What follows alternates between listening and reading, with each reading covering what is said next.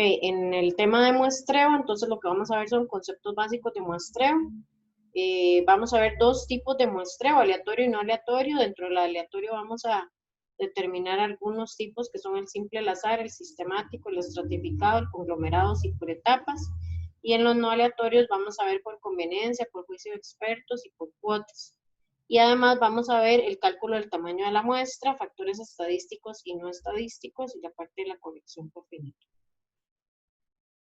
Como objetivos de aprendizaje se pretende que el estudiante logre identificar el tipo de muestreo en un caso de estudio en particular, ¿verdad? Según los materiales con que cuente, las ventajas y desventajas de cada tipo de muestreo.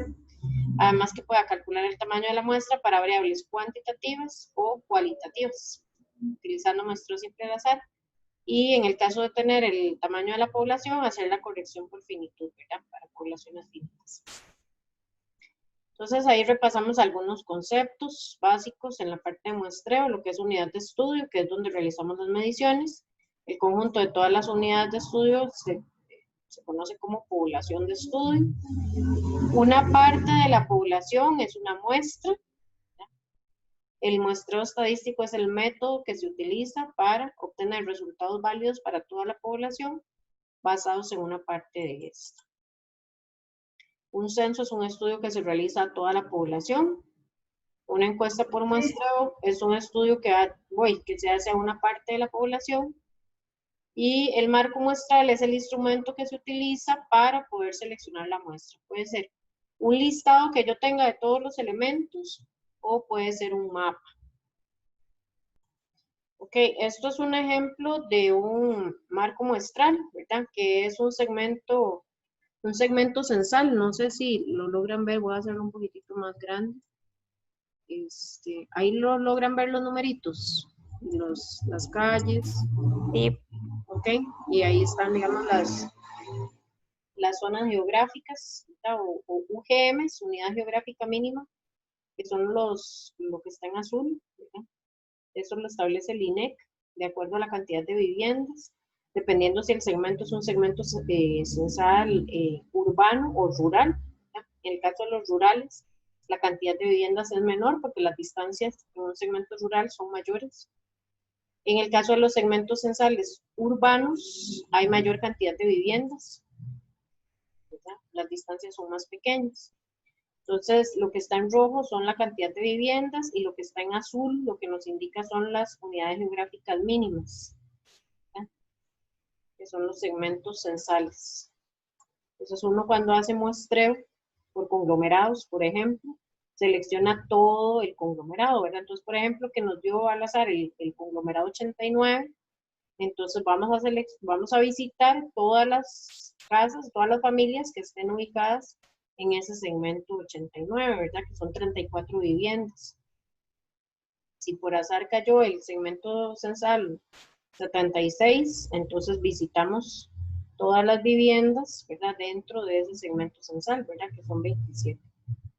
Entonces, esa es la utilidad que se le da ahora a los segmentos censales. Bueno, antes eran en papel, ahora son en digital, ¿verdad?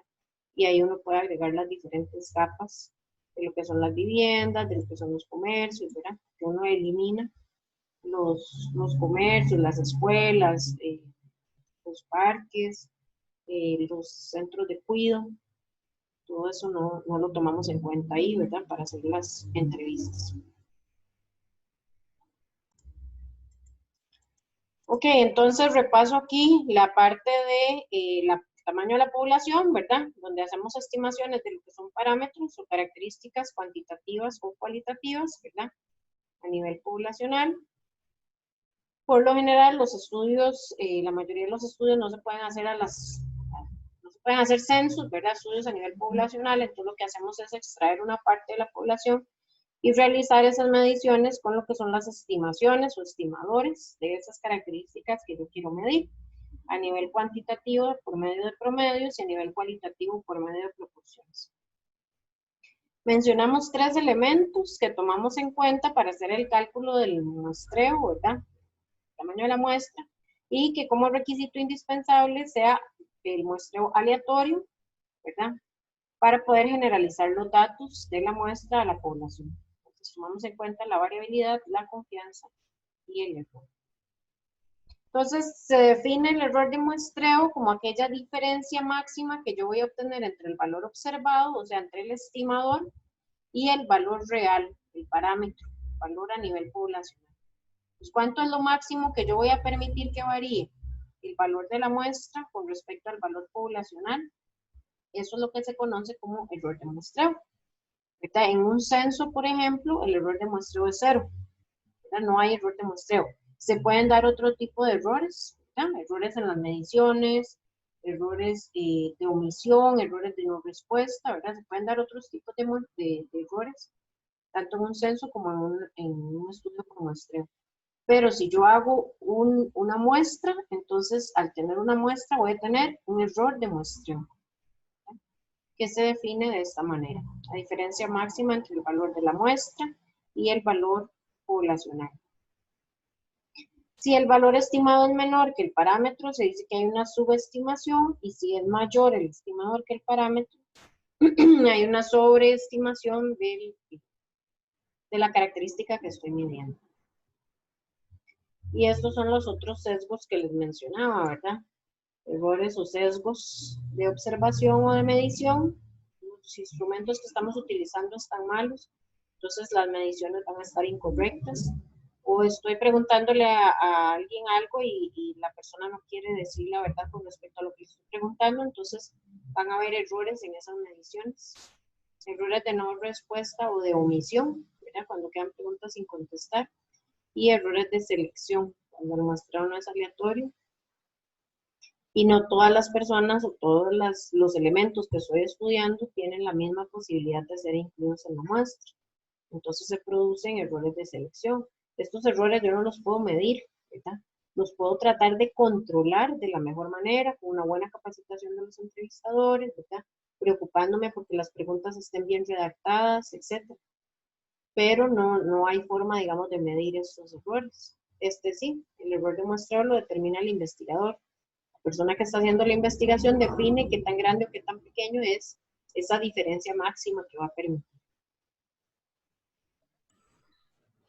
Ok, entonces, con respecto a los tipos de muestreo, tenemos dos, lo que son los no aleatorios, en donde no podemos hacer inferencia estadística. ¿Qué significa hacer inferencia estadística? Que no podemos generalizar los datos tomados de una parte de la población, de una muestra, hacia toda la población.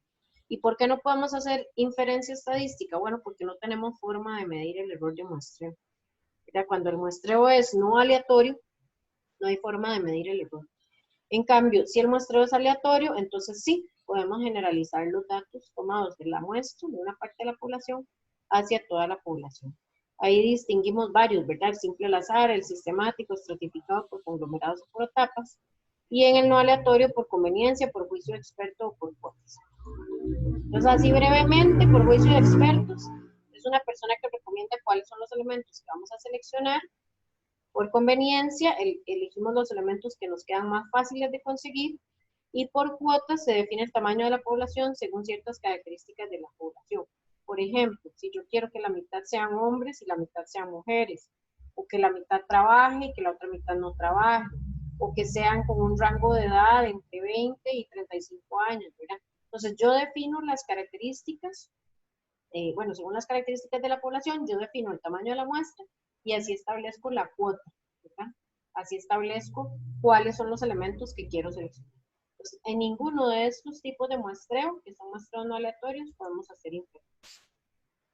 A diferencia del muestreo simple al azar y los otros muestreos que vamos a ver a partir de este momento, que en esos sí puedo generalizar los datos. ¿Por qué? Porque todos los elementos tienen una probabilidad o una posibilidad de ser incluidos. Entonces, bueno, en el simple al azar, la probabilidad se define como 1 entre n, ¿verdad? 1 entre el tamaño de la población. Se puede hacer por medio de algún programa de números aleatorios, la selección de los elementos, o con SPSS, no sé si lo conocen, es un paquete estadístico en donde uno carga el marco muestral, ¿verdad? O en el mismo Excel, carga todo el archivo de datos de la población, ¿verdad? Todos los nombres, no sé, de todos los estudiantes de la U, por ejemplo, si vamos a hacer algún tipo de muestreo, entonces cargamos todo el archivo, los 43.000 estudiantes, y ahí generamos en forma aleatoria la selección de la muestra. Entonces todos tienen una probabilidad de ser incluidos. Ahí se distinguen dos, con reemplazo y sin reemplazo. Con reemplazo es que después de cada extracción, ¿verdad? Después de hacer cada selección de un elemento, ese elemento no se elimina, sino que vuelve a quedarse dentro del marco muestral. A diferencia del muestreo simple al azar sin reemplazo, en donde yo selecciono un elemento y ya ese elemento lo elimino, ¿verdad? De la lista, lo elimino del marco muestral, lo elimino de la población, ¿verdad? Ya quedó seleccionado, yo no lo voy a volver a seleccionar. La mayoría de los estudios de opinión hacemos muestreo simple al azar sin reemplazo, ¿verdad? No vamos a entrevistar 2 veces a la misma persona.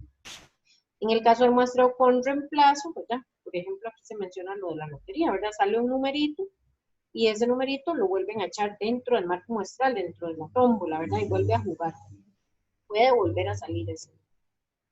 Esto es muestreo simple al azar, con reemplazo sin reemplazo, ¿verdad?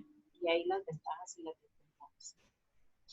En el caso del sistemático, ahí lo que hacemos es seleccionar la primera unidad en forma aleatoria entre 1 y K, y el resto cada elemento.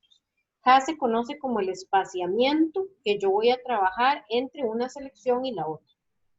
Entonces, por ejemplo, si K me da 20 y yo tengo un marco muestral de 1000, ¿verdad? Una población de 1000, entonces yo voy a seleccionar cada 20, ¿verdad? La primera que voy a seleccionar está entre 1 y 20, y las siguientes cada 20, ¿verdad? Entonces, alguien que me dé algún número aleatorio, lo puede generar con Excel o con la calculadora. Si tienen la calculadora a la mano, con shift, punto, igual, eso les da un número aleatorio entre 0 y 1. Y eso lo multiplican por el tamaño de la población. Eso les da un número aleatorio. No sé si alguien me ayuda con un aleatorio. Supongamos que la población es de 20.000. Quiero sacar una muestra de 200.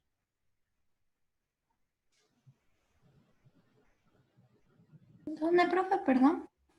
Entonces, en el menú arriba, en datos, análisis de datos, ahí buscan la opción que dice muestra.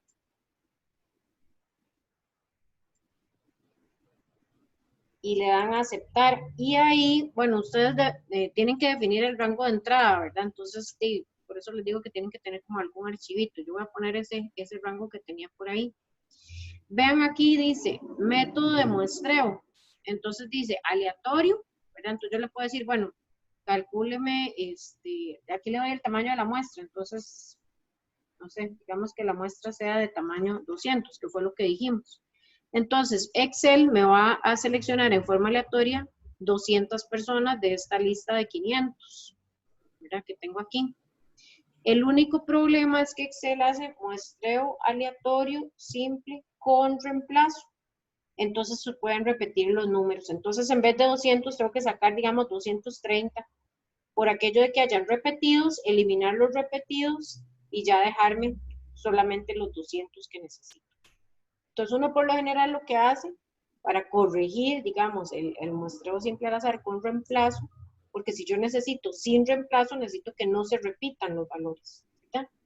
Entonces, lo que hago es inflar el tamaño de la muestra un poquitito más, ahí con el aleatorio. Y el periódico es el sistemático, el que acabamos de ver. Entonces, aquí lo que pongo es K, ¿verdad? Aquí dice el periodo o el espaciamiento, ¿verdad? Dijimos que K era 100. Entonces, que haga la selección cada 100. El único detalle aquí, en el sistemático con Excel, en forma automática, es que va a seleccionar a la persona 100, 200, 300, 400. O sea, la primera selección no la hace aleatoria entre 1 y K, la hace cada K elementos, nada más. Entonces tiene esa otra deficiencia. Pero bueno, ahí con Excel pueden seleccionar muestras aleatorias o sistemáticas. Nada más teniendo cuidado con esas cosas que les acabo de mencionar. Era que el periodo, el muestreo simple al azar, el sistemático o periódico, lo que hace es seleccionar cada elementos sin seleccionar la primera unidad en forma aleatoria. Y en el muestreo simple al azar aleatorio lo hace con reemplazo. Entonces tenemos que inflar el tamaño de la muestra para eliminar los repetidos. Voy a darle cancelar y vamos a hacer el ejemplo. Ahí les voy a poner un archivito en la plataforma para que puedan ustedes hacer algún ejemplo o les dejo ahí alguna tarea. Ok, entonces en el aleatorio sistemático seleccionamos la primera en forma aleatoria entre 1 y K y el resto cada elementos. K se calcula como el tamaño de la población entre el tamaño de la muestra. Lo único que hay que tener cuidado es esa desventaja que menciona ahí. Dice precisión pobre cuando esté presente la periodicidad escondida en la población. ¿Qué significa eso? Que si yo estoy haciendo, por ejemplo, la estimación de las ventas de, no sé, una librería, ¿verdad? Y librería bazar que tiene regalitos y cositas, ¿verdad? Entonces, resulta que acá, la estimación que yo estoy haciendo, ¿verdad? Digamos que yo tengo que muestrear en todo el año las ventas, ¿verdad? Entonces, en forma aleatoria, digamos que acá coincidió con un día en el cual se producen muchas ventas. No sé, digamos, Día de la Madre, Día del Padre, entrada a clases, 15 de septiembre, por decir algo. Digamos que acá coincide con eso, ¿verdad? Porque hay como un ciclo en cuanto a las ventas, ¿verdad? Hay días en que no se vende mucho, hay días en que se puede vender más, dependiendo si hay algún evento ahí especial o alguna fecha especial que genere que haya más ventas. Entonces, si K coincide con esas ventas mayores, ¿verdad? Porque como hay pocas ventas, muchas ventas, pocas ventas, muchas ventas, ¿verdad? Entonces, si K coincide con muchas ventas y yo estoy haciendo la estimación de las ventas me van a quedar sobreestimadas con respecto al valor real.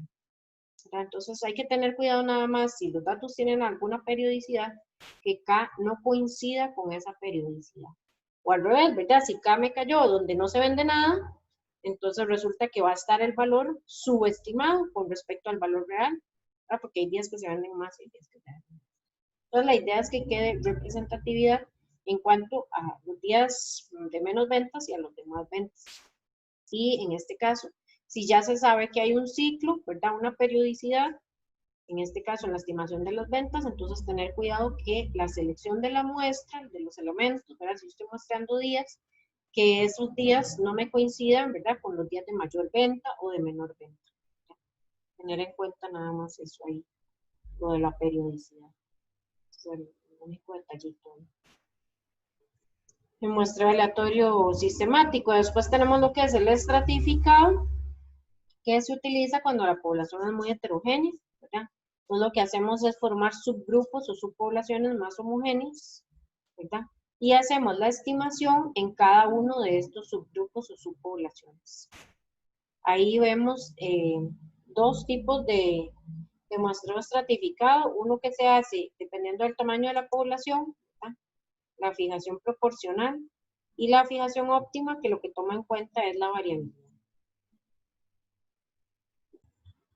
Ok, entonces supongamos que tenemos una población, ¿verdad? Bueno, yo creo que ahí estaba el enunciado, no sé si dice, se tienen 3 estratos de personas de acuerdo, clasificadas de acuerdo al ingreso, son 60 personas de una población, y dice que necesitan distribuir una muestra de tamaño 20 en forma proporcional. Entonces tenemos los datos ahí en Excel, esta es la población, ¿verdad? Hay 22 personas que ganan menos de 300,000, 28 personas que ganan 300 a 400 y 10 personas que ganan más de 400,000. Entonces, este es el tamaño de la población, ¿verdad? Esto es N mayúscula.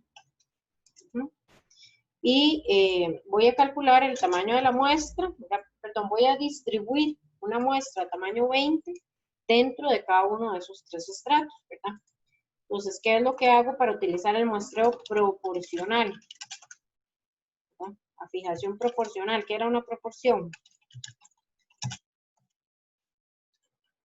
¿Cómo calculo la proporción? ¿Alguien se acuerda?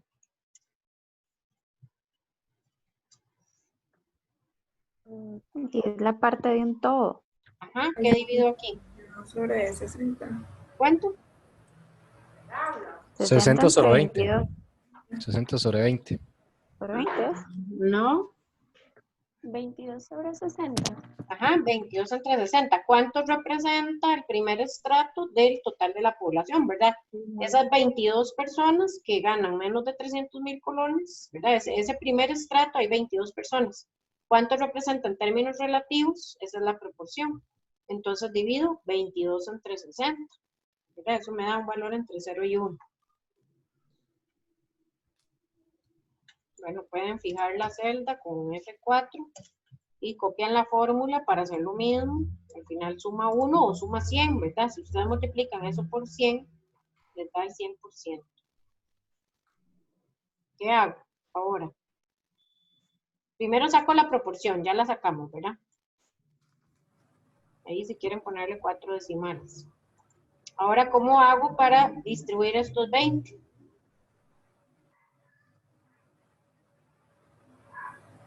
se les ocurre? Sería el Multiplica Lo va 20 multiplicando. por la proporción. O sea, se vuelve un porcentaje y lo multiplicamos. Ajá, muy bien. Entonces multiplico por 20, ¿verdad?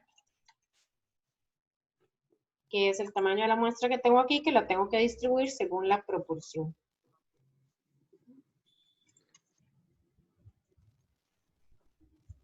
Y al final eso me da 20. Entonces, este es el tamaño de la muestra de cada uno de los estratos, ¿verdad? Pero tengo que redondear. N final redondeado. Entonces, el primero, ¿cuánto le pongo? ¿Cómo me ayudan a redondear aquí? 10. 7, bro. 7, 9 y 3. 9 y 3. 9 y 3. ¿Y eso suma? 19. Ah, pero mi muestra es de 20. ¿A quién le pongo ese que me falta? Hay que agregarse la 1 al menor. Hay que agregárselo a 1. ¿A quién se lo agrego? Y a 3. ¿Por qué a 3? Y todos tienen la misma proporción. Más o menos, este tiene más, ¿no cree? Todos tienen la misma cantidad de decimales, eso es cierto. Por eso ustedes me dijeron 7, 9 y 3. Pero el problema es este punto 33 que lo he botado en el camino y necesito entrevistar a 20 personas y no a 19. Entonces, en ese caso, en el caso de que todos los decimales sean iguales y esté utilizando a fijación proporcional, le voy a asignar más muestra al estrato que tiene más población. Entonces, en este caso, este queda con 10. ¿Verdad? Ahí ese punto 33 lo redondeo aquí. El que tiene mayor población va a tener mayor muestra. Siempre y cuando los decimales que yo estoy redondeando sean iguales, ¿verdad? Y tengo que tomar esa decisión. Si los decimales hubieran sido diferentes, ¿verdad?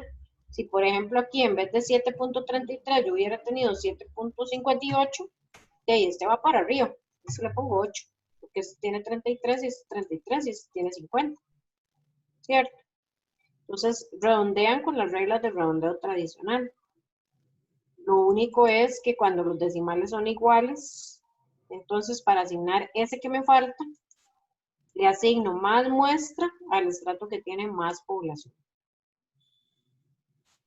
¿Está? Eso cuando estoy haciendo fijación proporcional.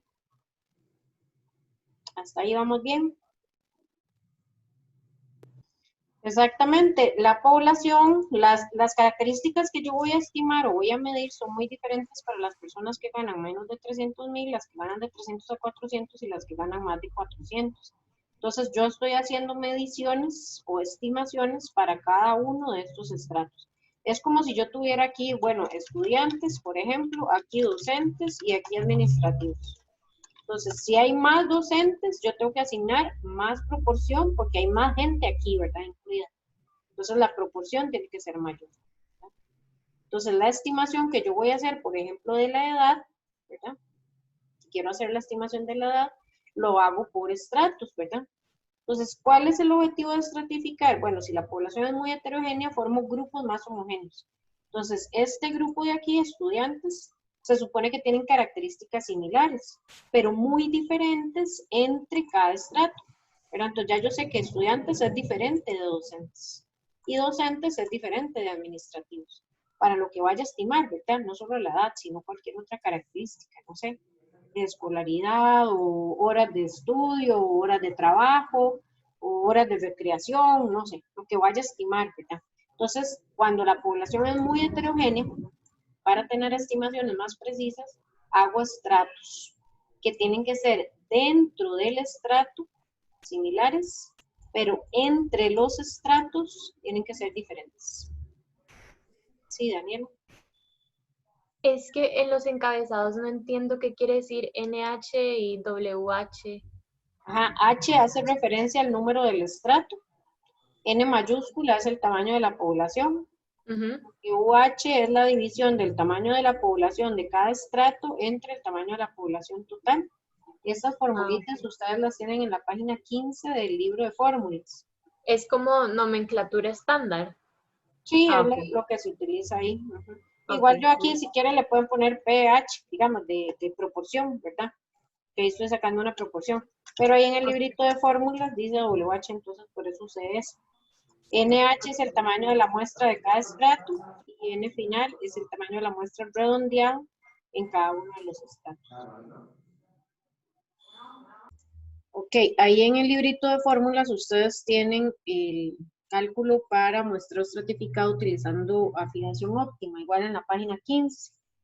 Ahí dice asignación de la muestra, ahí dice muestreo aleatorio estratificado con muestreo simple al azar dentro de los estratos, asignación de la muestra, distribución proporcional, distribución óptima, ¿verdad? Entonces vamos a utilizar esa que dice distribución óptima o de Neyman.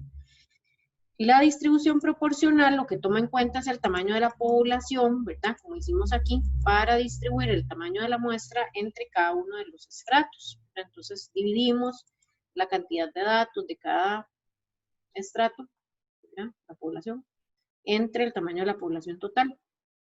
Y después esa proporción la multiplicamos por el tamaño de la muestra y eso nos dio cuánto tengo que asignar, cuántas personas que tengo que seleccionar dentro de cada uno de esos estratos. Esa es la proporcional. Toma en cuenta únicamente el tamaño de la población. En el caso de la óptima, toma en cuenta la variabilidad que tiene el estrato, ¿verdad? Entonces, entre más variable sea el estrato, mayor tiene que ser la cantidad de personas que yo voy a entrevistar ahí, ¿verdad? Porque hay mayor variación en los datos. Entonces, con el fin de tener mejores estimaciones o estimaciones más precisas, tomo en cuenta la variabilidad. Este es un dato que me dan, en el caso de que la variable que está estimando sea cuantitativa, esto me lo dan, ¿verdad? El problema, también me dan el tamaño de la población. Si fuera cualitativa, yo puedo calcular la desviación estándar. Recuerden que la desviación estándar en una quali es raíz de P por Q, ¿verdad? Entonces, lo que me tendrían que dar es la proporción. Yo calculo la Q, ¿verdad? Con 1 menos P. Y las multiplico y hago la raíz cuadrada. Sí, eso es la desviación estándar en una cual. Creo que lo vimos la vez pasada para algo. Sí, profe. Sí, ¿verdad? Ok, igual en la página 6, ahí dice variabilidad de variables dicotómicas. Ok.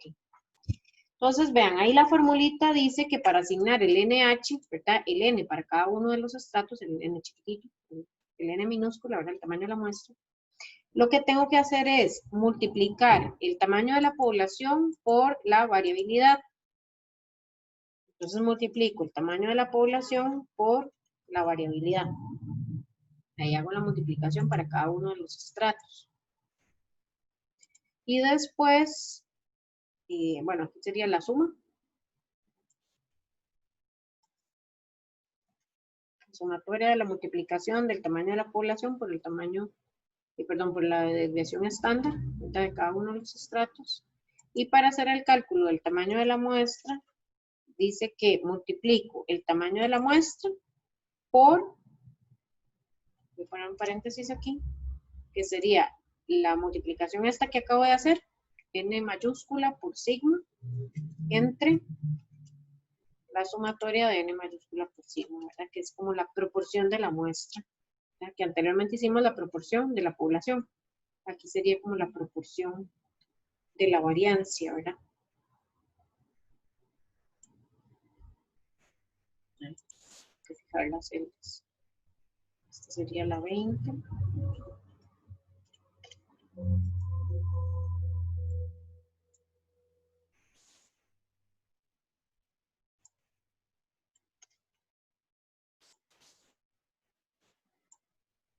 Ahora sí.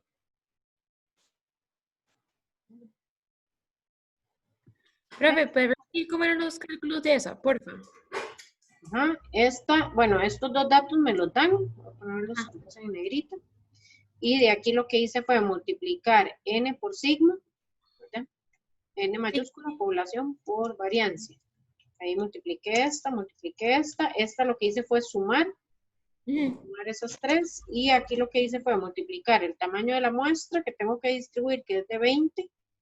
Lo multipliqué por, ahí puse un paréntesis, que es la división del primer estrato, ¿verdad? N por sigma, entre la sumatoria.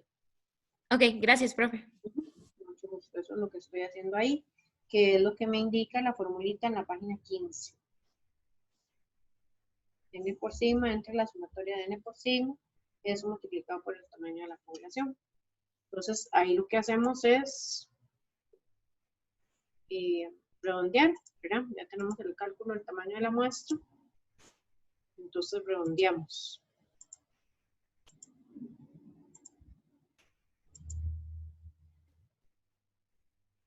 ¿Cómo redondeo aquí? ¿Alguien me ayuda?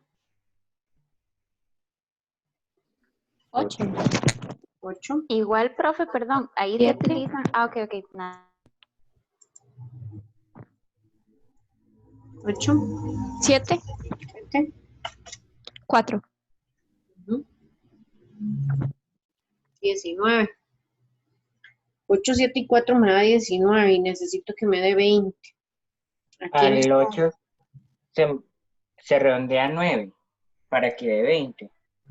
Por ser el que más cerca está, digamos, o sea, que tiene más. ¿Usted cree que es el más cerca? ¿Cuál es el que tiene más decimales? El del 4, ¿no? El 4. El 4. Tiene un poquitito más el 4, ¿verdad? Punto 45, ¿verdad? 45. De todas maneras, si aquí me diera punto 33, 33, 33, como en el caso anterior, si de casualidad me diera así, el que tiene más variabilidad va a tener más muestra. En el caso de la fijación óptima, que es lo que estoy estableciendo aquí, ¿verdad? Entonces, como estoy tomando en cuenta la variabilidad del estrato, ¿verdad? Este tiene una variabilidad de 30, este de 20 y este de 35. Entonces, el estrato que tiene mayor variabilidad va a tener mayor muestra. De todas maneras, aquí por decimales, ¿verdad? Este es 41, este es 3, este es 45, entonces a este le tocaría un poquitito más, ¿verdad? Pero bueno, está peleada la cosa ahí entre el 8 y el 4. Pero cualquier cosa, digamos, si tienen decimales muy similares, para hacer la asignación por afijación óptima, el estrato que tenga más variabilidad va a tener más muestra. Esa es la consideración que tomamos en cuenta aquí. Profe, perdón, ¿puede poner otra vez el cálculo del NH? NH, este. Ok, entonces, el muestreo aleatorio estratificado lo utilizo cuando la población es muy heterogénea, formo subgrupos o subpoblaciones más homogéneas. El requisito es para formar esas subpoblaciones es que dentro de cada estrato los elementos sean muy similares, pero entre cada estrato sean diferentes, ¿verdad? Ese es el objetivo principal de formar estratos para poder tener estimaciones más precisas dentro de cada uno de los estratos. Y ahí vimos dos tipos, en la fijación proporcional, que toma en cuenta el tamaño de la población para hacer la distribución de la muestra entre cada uno de los estratos, y la fijación óptima, ¿verdad? Que toma en cuenta la variabilidad de cada uno de los estratos para asignar el tamaño de la muestra. Y vimos estos ejercicios, ¿verdad? En Excel, la distribución de estos tres estratos con la población, calculamos las proporciones y hicimos la distribución del tamaño de la muestra para muestreo aleatorio estratificado con una fijación proporcional y con una fijación óptima, tomando en cuenta la variabilidad de cada uno de los estratos. El otro tipo de muestreo es el muestreo por conglomerados. En este caso se seleccionan los conglomerados que contienen un conjunto de unidad de estudio. Entonces yo les mencionaba cuando les enseñé el marco muestral, el segmento censal que vimos, ¿verdad? Que tenía un poco de urbano, un poco de rural. Ahí lo que hacemos es seleccionar todo el segmento censal y todas las viviendas que existan en esa cuadra, por ejemplo.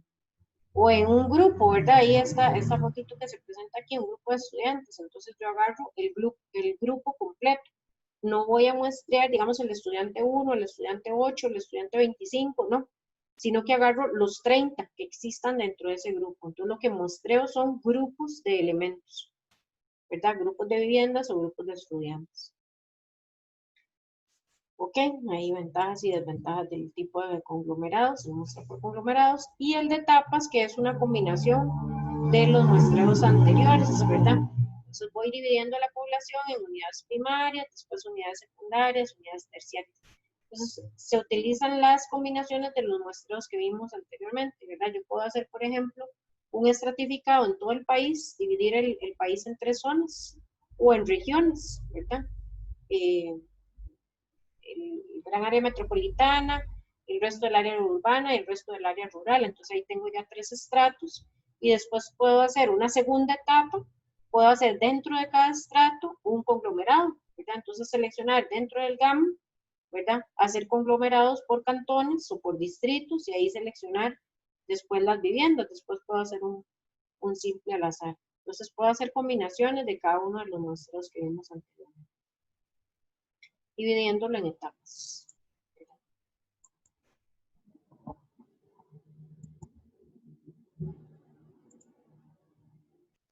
En el muestreo por conglomerados, por ejemplo, mi marco muestral puede ser la guía de horarios. Entonces yo muestreo grupos completos. Entonces muestreo el curso XS277, el grupo 1, el grupo 3 y el grupo 6, por decir algo, ¿verdad? No sé cuántos grupos tienen, creo que son 5 la cátedra. Pero digamos, de todos los grupos, yo lo que muestreo de forma aleatoria es el grupo completo. Entonces yo, no sé, el grupo 1 tiene 30 estudiantes, el grupo 6 que tengo seleccionado tiene 25 estudiantes. Entonces agarro, ese es el conglomerado, como el grupo.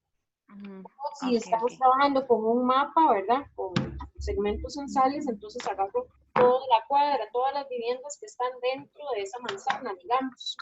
No agarro la vivienda 1, la vivienda 3, la vivienda 8, ¿verdad? No hago un sistemático o no hago un aleatorio para seleccionar viviendas, sino que agarro toda la cuadra completa.